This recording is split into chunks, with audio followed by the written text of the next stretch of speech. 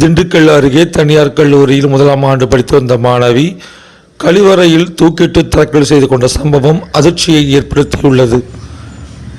திண்டுக்கல் மாவட்டம் ஆத்தூர் அடுத்த செம்பட்டி பழனி சாலையில் கல்லூரி இயங்கி வருகிறது. இந்த கல்லூரியில் பல்வேறு மாவட்டங்களைச் சேர்ந்த 200க்கும் மேற்பட்ட மாணவிகள் வேளாண் மற்றும் தோட்டக்கலை சம்பந்தமான பாடங்களை பயின்று வருகின்றனர்.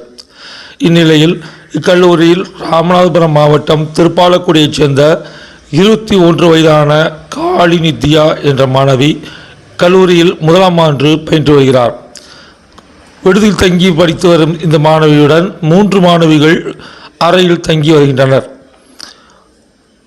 கடந்த சில நாட்களுக்கு முன்பு அவர் சொந்த ஊருக்கு சென்ற மாணவி கல்லூரிக்கு திரும்பிய பின்னர்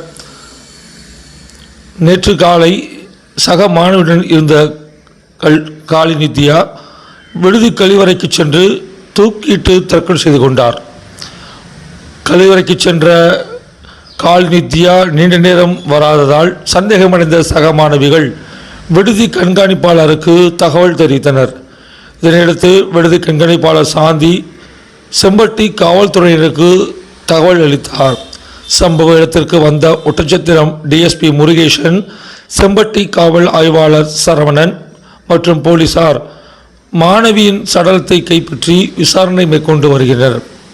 கல்லூரி மாணவி தற்கொலைக்கான காரணம் குறித்து போலீசார் தீவிர விசாரணை நடத்தி வருகின்றனர். கழிவறையில் மாணவி தூக்கிட்டு தற்கொலை செய்து கொண்ட சம்பவம் பெரும் அதிர்ச்சியையும் பரபரப்பையும் ஏற்படுத்தியுள்ளது.